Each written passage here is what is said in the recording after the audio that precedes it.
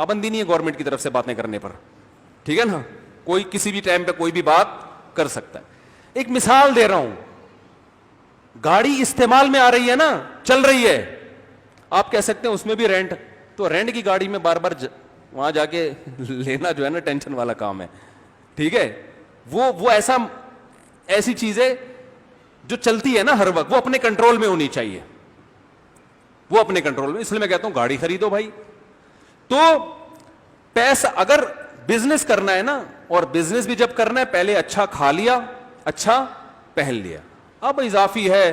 اچھا پھر بزنس کا فائدہ یہ ہوگا کہ جب پیسہ آئے گا تو صدقہ خیرات بھی بہت. اس میں ایک چھوٹی سی چیز اور ایڈ کر لوں کہ اگر کبھی پراپرٹی ان تمام تفصیلات کے ساتھ جو میں نے بتائی ہیں خریدنی ہو, یہ پوری ڈیٹیل میں نے بتائی نا, خریدنی بھی ہے کہ نہیں خریدنی ہے, خریدنی ہے تو کس جذبے سے خریدنی ہے, بہت پیسہ ہو تو خریدنی ہے ورنہ خریدنی نہیں ہے. غریب مر جاؤ کوئی مسئلہ نہیں ہے, ٹینشن نہیں ہے, بچوں کو کھلا دے گا اللہ, کوئی نہ کوئی انتظام کر دے گا.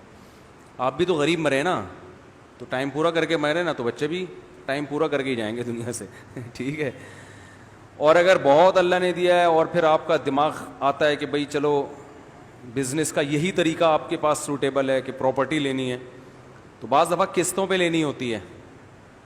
تو قسطوں میں یہ دماغ میں رکھو کہ اتنی قسطیں ہوں کہ جو پیچھے بچے وہ لائف اسٹائل بھی لگژری ہو, ہٹو بچوں ہو, پھر اضافی قسطیں نکالو. سمجھتے ہو؟ ایسا نہ ہو کہ قسطیں اتنی بھر رہے ہو کہ صبح پراٹھے کے ساتھ انڈا کھانے کے پیسے, کیا خیال ہے, نہیں ہے, دفع کرو ایسی قسطوں پہ, ٹھیک ہے نا. بعض دفعہ قسطوں پہ کوئی چیز آپ کو دے رہا ہوتا ہے, وہ کہتا ہے میں پروفٹ نہیں لوں گا, 1 کروڑ کی چیز 20 سال کی قسطوں پہ 1 کروڑ ہی میں دے رہا ہوں, تو بھی نہیں لو اگر انڈا کھانے کے پیسے نہیں بچ رہے. سمجھ میں آ رہا؟ انڈا ایک مثال ہے, انڈے والا برگر نہیں, انڈے والا ایک مثال دے رہا ہوں میں کہ پہلے گاڑی, لباس, خوراک خاندانی, شادیاں پوری کمپلیٹ ہو جائیں, صحیح ہے نا. یہ جس نے 4 نہیں کرنی اس نے 1 اچھی طرح سے ہو جائے, قبضہ مل جائے, ٹھیک ہے نا, اور وغیرہ وغیرہ. اس کے بعد پھر چلو یار قسطوں پہ لے لیا, 15 سال کی قسط, 20 سال کی, یہ سوچ کے کہ چلو بچے کھائیں گے, لیکن اس میں بھی اتنا کہ وہ آپ کا لائف اسٹائل چینج نہ ہو.